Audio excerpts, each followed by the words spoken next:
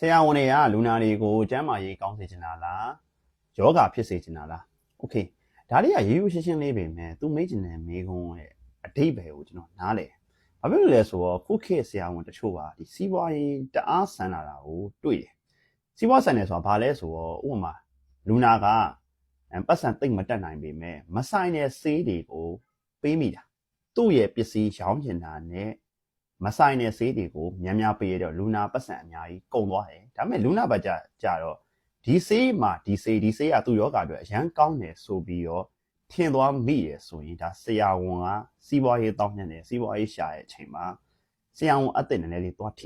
ိပြဿနာအဲ့လိုမျိုးကြီးကြောင့်မို့ခုခေတ်မှာဆရာဝန်တွေဆဲခံရတယ်လိုင်းပေါ်တင်ခံရတယ်ပြဿနာတွေတက်တယ်ဆိုတာလေဒီအချက်တစ်ခုပါလိမ့်မယ်နောက်တစ်ချက်ကကျွန်တော်တို့က justice နေရာမှာလည်းနည်းနည်းသွားညှိနေjustice ဆိုတာဘာလဲဆိုတော့ကျွန်တော်တို့စိတ်ကူးရဲ့နေရာမှာကြောသားရင်သားမခွဲကြရဘူးပတ်စံရှိလို့စင်းရဲလို့ချမ်းသာလို့အစင်တန်းပို့ပြီးမြင့်သွားလို့ဆိုပြီးတော့မှလူနာရဲ့အစင်တန်းတွေငွေရေးကြေးရေးတွေပုံမှာမူတည်ပြီးမှမဆုံးဖြတ်ရအောင်ပတ်စံရှိရဲဆိုပြီးတော့ဗတ်မလိုက်ရအောင်ပြောချင်တဲ့ဒီပဲဟာလीပတ်စံပိုရှိလို့သူ့ကိုပို့ပြီးမှဂယူးဆိုင်တယ်ပတ်စံမရှိလို့တိတ်ဂယူးမဆိုင်ဘူးတိတ်ယောဂအကြောင်းတိတ်မရှင်းပြရဘူးဆိုတာမျိုးလုံးဝမဖြစ်ရဒီအချက်တွေကခုခေတ်စေပညာကုနေရဆရာဝန်တွေညှိတဲ့အချက်တွေလို့ကျွန်တော်မြင်လို့သူဒီမေးခွန်းမေးတာဖြစ်ကိုဖြစ်ရမယ်ဒါပေမဲ့ဒီမေးခွန်းကရိုးရိုးရှင်းရှင်းလေးပဲဘာဖြစ်လို့လဲဆိုတော့ကျွန်တော်လူနာရိုးစိတ်ကူးရဲ့နေရာမှာလူနာမြန်တက်တာသွားတယ်ကောင်းသွားတယ်ဆိုရင်အကောင်းဆုံးပဲအကောင်းဆုံးနေမဟုတ်ဘူးစီးပွားရေးရာကြည့်မယ်ဆိုရင်လေဒီစိတ်ကန်းလာတယ်နေမကောင်းဖြစ်လို့လာတယ်တရက်ထဲနဲ့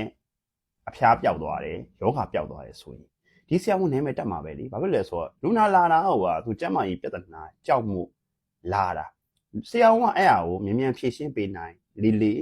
ေဒီဆရာဝန်ရဲ့ကြော်စောမှုကတက်လေပဲအဲ့လိုမျိုးပုံစံလိုမျိုးပဲကျွန်တော်တို့ဗိုက်စာလို့စားတော့ဆိုင်သွားစားတယ်ကိုမာတဲ့ဟာနဲ့အစားတောင်းနေရလဲ match ဖြစ်တယ်စားလဲစားပြီးတဲ့အချိန်မှာဗိုက်တင်းသွားတယ်ဆိုရင်ဒီစားတော့ဆိုင်ကောင်းတယ်ဆိုပြီး review ကောင်းတာပဲ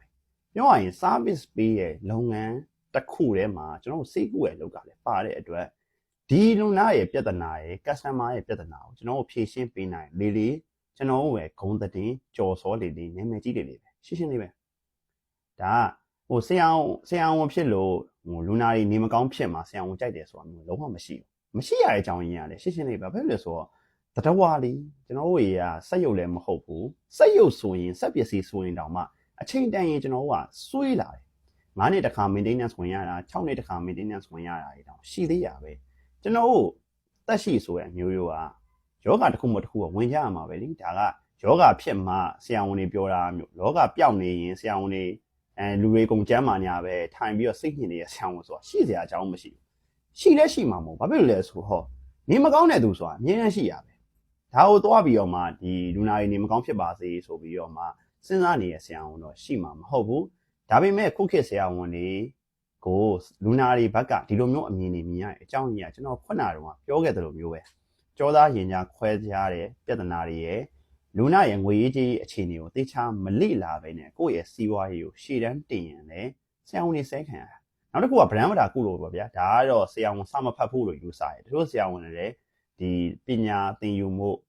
landing point အားနေတာကိုတွေ့တယ်ပြောရရင်ကျွန်တော်ဆေးပညာဆိုတာအမြဲတမ်းတိုးတက်နေတယ်ဒီနေ့ treatment နဲ့နောက်ရက် treatment တော့တူချင်မှတူအောင်ပါပြောချင်တာအသစ်တွေလေ့လာတွေ့ရှိချက်တွေအများကြီးထွက်တယ်ကျွန်တော်ဆေးပညာမှာအဲ့ဟာတွေကို update ဖြစ်ဖို့ကလည်းဆရာဝန်ကအမြဲတမ်းစာဖတ်ဖို့လိုတယ်မသိမချင်းကိုဖတ်ရတာဘာဖြစ်လဲဆိုတော့တချို့ဆေးဆိုရင်လည်းကျွန်တော်အရင်တော့ငယ်တော့ဆိုရင်နှလုံးဆေးဆိုတဲ့တကြောင်စင်တို့ပါဆိုထိတ်ဆုံးကနေကိုထားပြီးမှပြောခဲ့ကြတာကျွန်တော်ပစ္စည်းကွေးကာလာတော့ကျွန်တော်အဖေလည်းဆရာဝန်ဆိုတော့သူငယ်တော့ဆိုဒီတကြောင်စင်ဆိုတာကျွန်တော်အမြဲတမ်းကြားနေကြဒါပေမဲ့ခုနောက်ပိုင်းမှာဒီတကြောင်စင်ကဘာမှတောင်သိပ်မဟုတ်တော့ပြောရရင်သိပ်တောင်မသုံးတော့ရဲ့ဆေးအနေထားကိုဖြစ်သွားပြီအဲ့လိုမျိုးပဲကျွန်တော်ပိုးသက်ဆေးလည်းငယ်တုန်းကသုံးခဲ့တဲ့ပိုးသက်ဆေးနဲ့အသက်ကြီးလာတော့မှ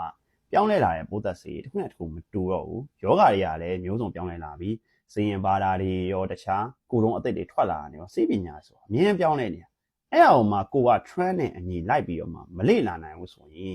်အမားတွေလုံးမိနိုင်တယ်ကျွန်တော်တို့လူနာကုရဲ့နေရာမှာဆုံးဖြတ်ချက်တွေချသွားနိုင်တယ်အဲ့လိုမှမဟုတ်ငိုတွေကစားအောင်မဖတ်တာဘူးဆိုရင်တော့ဆဲခံရဖို့ထိုက်တယ်ပါတယ်ကျွန်တော်ဒီမေးခွန်းလေးရဲ့အဖြေကရိုးရိုးရှင်းလေးပါဆရာဝန်တွေကလူနာကိုကျမ်းမာတာပဲမြင်ချင်တယ်ဘာဖြစ်လို့စီးပွားရေးရာတွက်ရင်လည်းလူနာမြန်ကျမ်းမာလေးကျွန်တော်ဝယ်ဂုံသတင်းကြော်စောလေးပဲနောက်တစ်ခုကကျွန်တော်ဝယ်ဒီလူသားဖြစ်တယ် ကျမ်းမာပါစေချမ်းသာပါစေလို့ဆုတောင်းနေရင်လည်းလူနာတွေနေမကောင်းတာဖြစ်ကြမှာပဲဘာဖြစ်လို့လဲဆိုတော့ခန္ဓာကိုယ်နဲ့တိဆောက်ထားတဲ့လူတွေမို့လို့ပါ